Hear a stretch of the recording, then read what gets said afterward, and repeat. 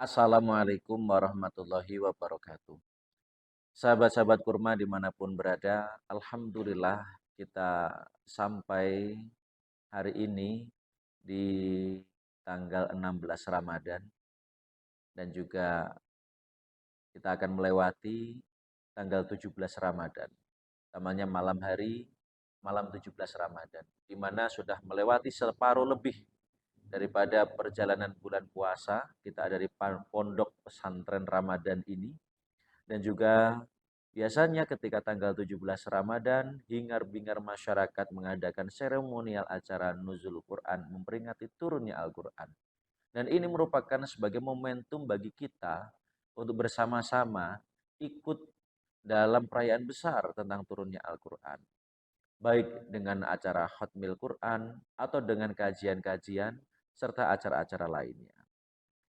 Hadirin sahabat kurma yang dirahmati Allah, setiap penganut agama itu mempunyai sebuah kitab suci yang dianggap sebagai user guide atau panduan.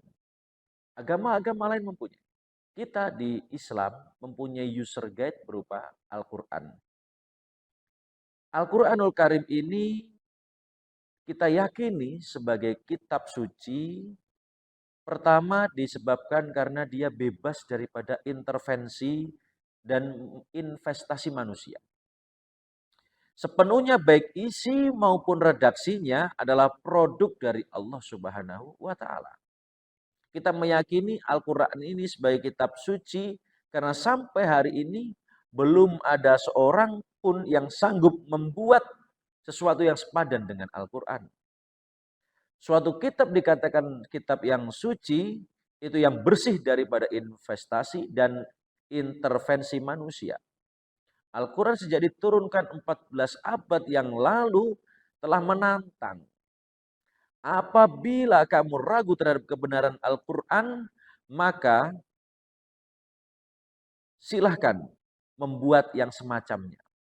Maka tantangan ini pun tidak bisa diwujudkan oleh masyarakat, bisa membuat yang sepadan dengan Al-Quran. Kedua, kita yakini Al-Quran sebagai kitab suci ini karena ajarannya sesuai dengan fitrah manusia. Suatu kitab dikatakan suci jika ajarannya sejalan dengan fitrah manusia. Misalkan, laki-laki memiliki nafsu terhadap perempuan, terhadap lawan jenis. Perempuan punya kecenderungan suka kepada laki-laki atau lawan jenisnya. Hal ini fitrahnya. Jika kitab suci ini melarang manusia untuk menikah, maka kesucian kitab itu perlu diselidiki. Al-Quran adalah kitab suci yang sejalan dengan fitrah manusia, maka ia menganjurkan untuk mampu melangsungkan pernikahan. Bersama dengan membangun biduk rumah tangga. Ini, bagi yang jomblo-jomblo, kita doakan mudah-mudahan segera bertemu dengan jodohnya. Ingat sebentar lagi malam ganjil, nanti mengharap Lailatul Qadar. Barang siapa beribadah di malam Lailatul Qadar, maka sebagaimana ibadah 1000 bulan. Barang siapa jomblo di malam Lailatul Qadar, maka seperti dia jomblo selama 1000 bulan. Contoh lain fitrah manusia itu makan dan minum. Jika ada kitab suci yang menyuruh manusia untuk puasa terus-menerus tanpa berbuka, sampai malam-malam ketemu siang, siang ketemu malam, itu sama saja dengan menyuruh manusia untuk mati. Al-Quran merupakan produk yang suci, bebas dari investasi dan intervensi manusia, maka melarang puasa wisol atau terus-menerus, ngebleng istilahnya. Puasa nyambung. Ini. Ketiga, kita meyakini Al-Quran itu kitab suci karena isinya tidak kontroversi, tidak bertentangan satu dengan yang lain. Di satu ayat mengatakan Allah itu esa, di ayat lain juga konsisten akan hal tersebut. Konsistensi ini yang menjadikan kita yakin terhadap user guide kita ini. Tiga kriteria inilah yang menjadikan kita yakin, semakin yakin bahwa Al-Quran itu kitab yang suci. Merupakan produk dari Allah Ta'ala untuk kita manusia yang menjadikan Nabi Muhammad sebagai perantaranya melalui malaikat Jibril, diajarkan isinya adalah panduan-panduan. Sebagaimana ketika kita membeli sebuah produk, misalkan sepeda motor dari dealer atau dari perusahaan pabrikannya, kita diberikan buku panduan. Motor ini jika mencapai kilometer sekian harus ganti oli. Perawatannya berapa bulan sekali, tekanan bannya berapa, dan sebagainya, dan sebagainya. Maka Al-Quran ini sebagai user guide kita, panduan kita, menyampaikan, jika engkau berbuat seperti ini, engkau akan mendapat konsekuensi ini. Jika engkau melanggar ini, nantinya akan berefek seperti ini. Maka kita sebagai orang yang memegang teguh kitab ini, kita berpegangan kepada Al-Quran. Jadikan Al-Quran sebagai imam kita. Halal kata Al-Quran, halal kata kita. Haram kata Al-Quran, haram menurut kita. Al-Quran mengatakan merah, merah kita katakan. Hijau kata Al-Quran, hijau kita katakan. Jangan sampai bertolak belakang nanti. Kita jadikan Al-Quran sebagai imam kita, panduan kita. Dikarenakan Nabi Muhammad sudah tidak bersama dengan kita. Ada para ulama yang mengajarkan Al-Quran ini, maka kita bawa Al-Quran sebagai pegangan. Kita pelajari, kita baca juga. Hadirin rahimakumullah. Ketika Al-Quran kita jadikan sebagai imam, maka penting kiranya kita senantiasa mengikuti ajaran-ajaran dalam Al-Quran. Jangan sampai menyembunyikan. Jika ada ayat yang tidak berkenaan dengan kita, kita sembunyikan, tidak kita munculkan. Namun ketika muncul ayat-ayat yang sesuai dengan dalil, yang sesuai dengan keinginan dan hawa nafsu kita, maka kita munculkan. Bahkan menjadi sebuah bahan perdebatan. Menjadi sebuah alat untuk mempengaruhi orang dalam mencapai sebuah tujuan negatifnya. Jangan seperti itu. Mari kita jadikan Al-Quran ini senantiasa imam kita dan juga sebagai panduan kita. Apabila kita merenungi bersama Al-Quran sebagai imam kita, maka yang pertama yang harus kita tempuh adalah menanamkan kebiasaan membaca Al-Quran. Al-Quran jangan sampai terasa asing di telinga kita, keluarga kita, anak cucu kita. Akan terasa aneh nantinya jika itu tidak terbiasa. Putra-putri kita senang dengan K-pop, suka dengan ala musik barat, silakan.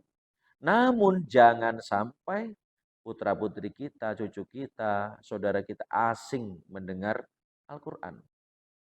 Jika pemerintah menyanangkan bahwa buta huruf Latin ini bisa menghambat pembangunan, maka buta huruf Al-Quran ini bisa menghambat daripada keberlangsungan kerohanian kita, agama kita.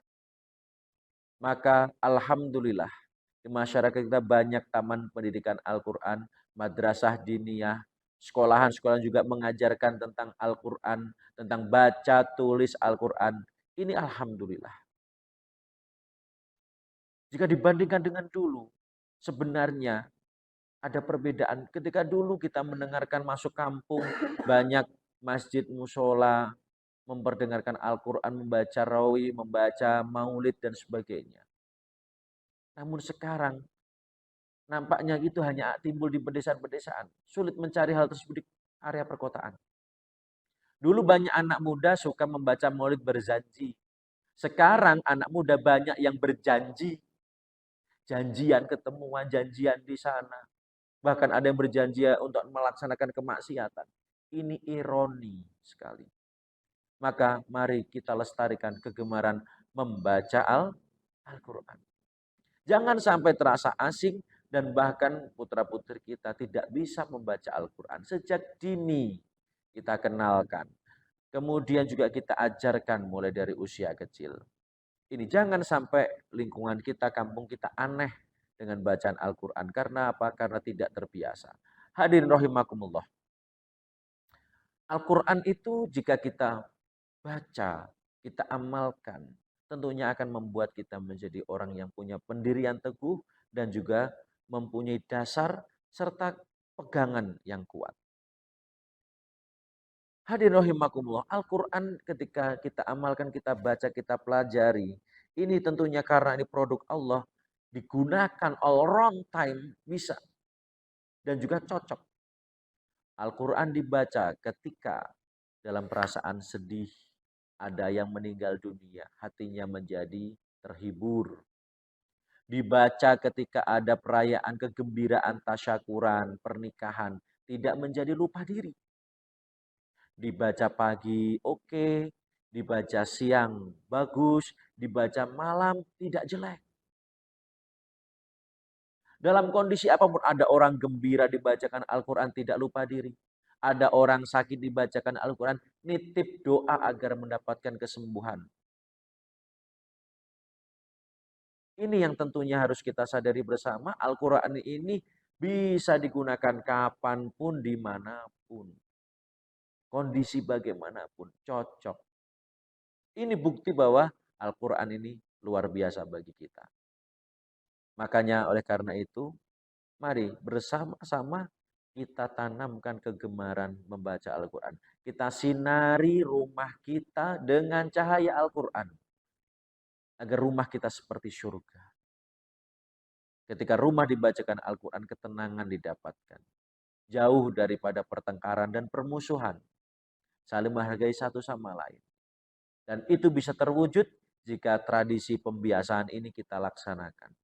Apabila ada saudara-saudara kita yang belum bisa membaca atau tidak mampu membaca karena usia dan keterbatasan, maka janganlah kita membenci orang yang membaca Al-Quran, jangan membenci para penghafal Al-Quran. Justru kalau bisa kita biayai mereka, kita berikan fasilitas bagi mereka. Mohon maaf, terkadang kita belum bisa adil, terutama ketika berjuang bersama di jalan mengembangkan Al-Quran. Kita tidak sedikit mengeluarkan uang untuk membeli mobil, membeli motor, atau mungkin mendatangkan para penyanyi di resepsi acara-acara kita. Habis uang jutaan. Namun ketika kita ada hajat tertentu, kita mendatangkan para penghafal Al-Quran. Jika dibandingkan, rasanya masih jauh. Nah, ini mari kita kaji bersama. Membaca Al-Quran. Sekali datang, langsung khatam oleh para penghafal Al-Quran itu. Tentunya ini sebuah luar biasa. Nilainya itu luar biasa. Mari kita betul-betul ikut bersama para pejuang-pejuang Al-Quran. Jika kita belum mampu menghafalkan Al-Quran, kita tetap senang. Bahkan ketika kita mendapat kelonggaran rezeki, maka kita bantu kebutuhannya. Karena bagaimanapun mereka juga butuh daripada aktivitas di rumah, kebutuhan sehari-hari. Maka beruntung sekali bagi kita yang diberikan kelonggaran rezeki harta, bisa bersama-sama para penghafal Al-Quran. Ini, hadirin rahimakumullah.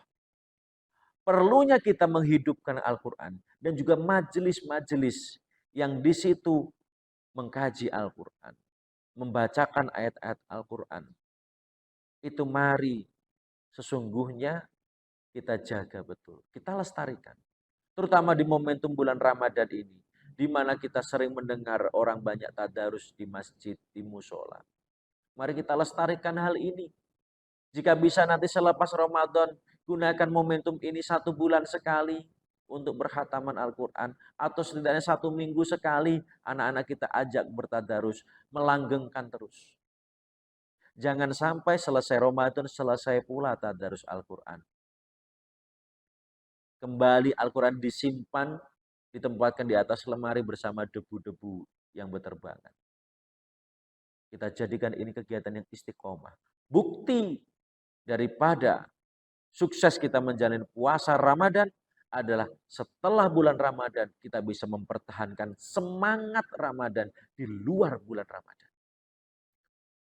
Bacaan Al-Quran kita jaga, putra-putri kita istiqomahkan untuk senantiasa membaca Al-Quran, tadarus di masjid, di musola, agar dakwah pembacaan Al-Quran ini, syiar Al-Quran ini tetap membumi, diperdengarkan. Tidak hanya yang membaca, namun yang mendengarkannya pun akan mendapat pahala. Harapan kita semua tentunya menjadi masyarakat yang senantiasa berakhlak Al-Quran nantinya. Diawali dari sering mendengarkan. Setelah sering mendengarkan, mengkajinya. Setelah mengkaji kemudian mengamalkan dalam kehidupan sehari-hari. Mudah-mudahan Allah Subhanahu wa taala memberikan kekuatan kita, membimbing kita untuk bisa istiqomah membaca Al-Qur'an, mengamalkan dan juga kalau bisa mengajarkan Al-Qur'an. Setelah kita mendapat ilmunya, kita mengajarkan Al-Qur'an. Jangan sampai karena mungkin kita terbatas usia tidak mau belajar Al-Quran. Tidak ada batasan untuk belajar Al-Quran. Meskipun sudah tua tidak apa-apa. Tetap belajar. Apabila ajal menjemput di saat mau belajar Al-Quran, tentunya itu merupakan sebuah nilai ibadah bagi kita. Luar biasa. Mari kita pertahankan semangat-semangat Ramadan, terutama membumikan Al-Quran ini, sehingga kita menjadi masyarakat yang Qurani, dan juga kita berakhlak sebagaimana tuntunan Nabi, yang di situ banyak yang diajarkan dari Al-Quran, dan Al-Quran bersumber dari Allah Subhanahu wa Ta'ala. Mudah-mudahan kita diselamatkan, bisa menjadikan Al-Quran sebagai imam kita, dan juga menjadikan Al-Quran sebagai pedoman hidup kita, kitab suci kita, dasar daripada perilaku kita sehari-hari. Demikian yang bisa kami sampaikan. Wallahul muwaffiq ila aqwamit thoriq. Assalamualaikum warahmatullahi wabarakatuh.